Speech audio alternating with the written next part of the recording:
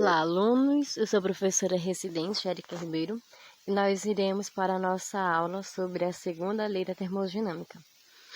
Vamos considerar um sistema de temperaturas diferentes que estão em contato e isolado da vizinhança por paredes adiabáticas. Como vocês podem observar nas figuras A, B e C. Depois de um tempo, os corpos estarão em equilíbrio termodinâmico devido ao fluxo de calor do corpo 1 ao corpo 2, quando eles entram em contato. A energia total do sistema permanece a mesma. Se nós pensarmos no processo inverso, será que é possível? Será que isso se tornaria um processo inversível? O que determina o sentido e em que o processo natural terá o lugar? É sobre isso que nós iremos estudar. O enunciado de Clausius afirma que é impossível para qualquer sistema operar de maneira que o único resultado seja a transferência de energia sob a forma de calor de um corpo mais frio para um corpo mais quente. Por exemplo, um reservatório térmico, um sistema cuja temperatura não varia, mesmo que seja adicionada ou removida energia na forma de transferência de calor. O enunciado de Clausius, quando ele fala que é impossível para qualquer sistema operar de tal forma que seja transferida energia de um corpo mais frio para um corpo mais quente. Sempre vai ser o contrário, do corpo mais quente para o mais frio, para que ocorra aquele equilíbrio térmico. Não existe o inverso do mais frio para o mais quente. Ele afirma que é impossível. Já o enunciado de Kelvin Planck, ele afirma que é impossível para qualquer sistema operar em um ciclo e fornecer uma quantidade líquida de trabalho para as suas vizinhanças, enquanto recebe energia por transferência de calor de um único reservatório térmico. Observe que ele já é um pouquinho mais diferente do que o Clausius. Já a segunda lei da termodinâmica, ele pode ser enunciada a partir de observações experimentais. É impossível para qualquer sistema sofrer um processo no qual ele absorva calor a uma dada temperatura e converta todo o calor absorvido em trabalho, retornando a um estado idêntico ao inicial.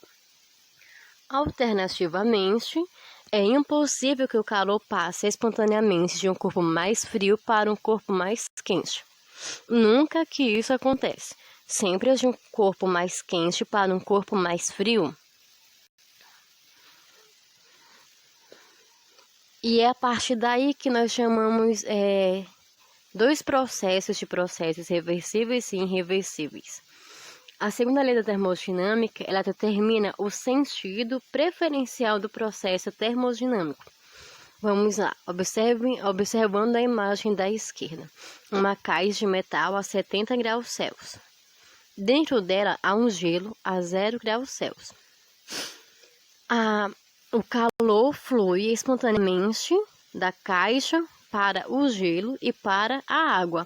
Observando na imagem da figura da direita, nós observamos a mesma imagem numa caixa de metal a 70 graus Celsius por fora.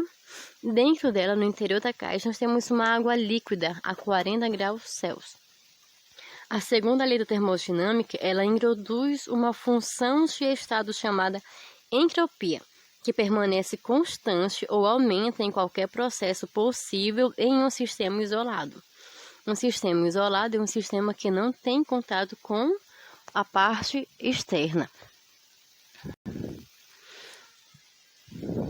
Agora nós iremos estudar e conhecer um pouco a segunda lei da termodinâmica e a entropia. A segunda lei da termodinâmica, ela pode ser formulada em termos quantitativos, usando conceitos de entropia, que fornece uma estimativa da desordem do sistema. Quando uma quantidade de calor é adicionada a um gás ideal, ele se expande realizando o trabalho. Segundo a primeira lei da termodinâmica, vamos lá. A quantidade de calor é igual ao trabalho realizado. Como nós teremos aqui a fórmula lá que nós estudamos no estado mais desordenado. Assim, nós temos que a variação relativa do volume fornece uma estimativa do aumento da desordem. A entropia, simbolizada pelo S do sistema, pode então ser definida a partir da relação, que a entropia é igual ao quantidade de calor dividido pela temperatura.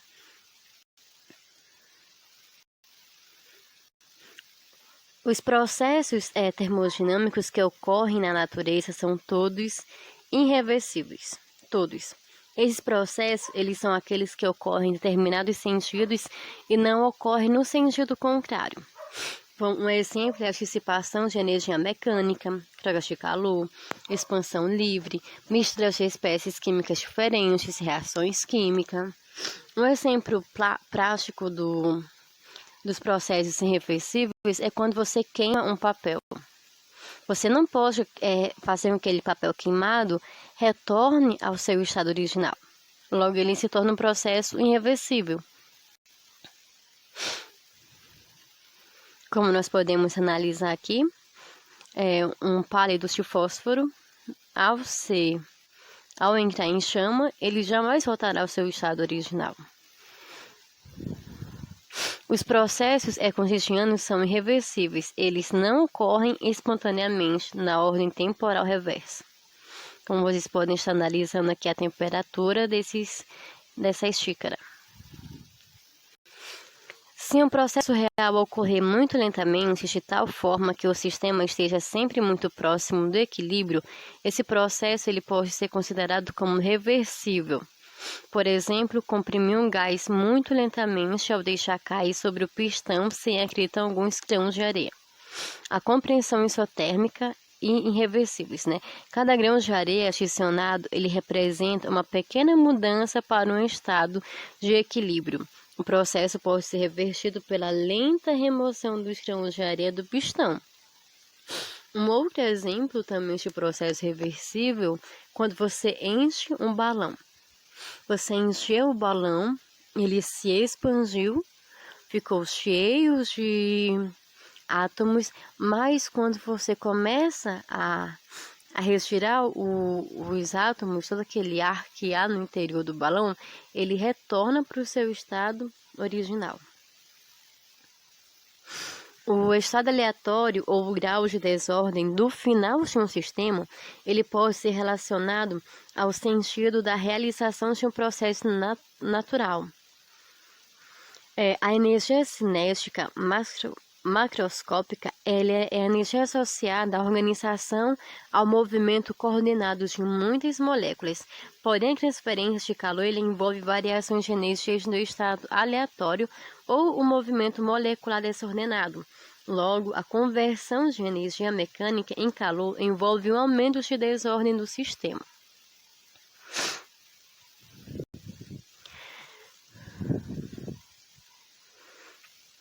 E é a partir do conceito da segunda lei da termodinâmica que nós temos o estudo sobre as máquinas térmicas. As máquinas térmicas, elas absorvem calor de uma fonte a temperaturas relativamente altas, realizam trabalhos mecânicos e rejeitam algum calor a uma temperatura mais baixa. E o estudo da máquina térmica nós faremos no nosso próximo vídeo. Aguardo vocês. Até lá!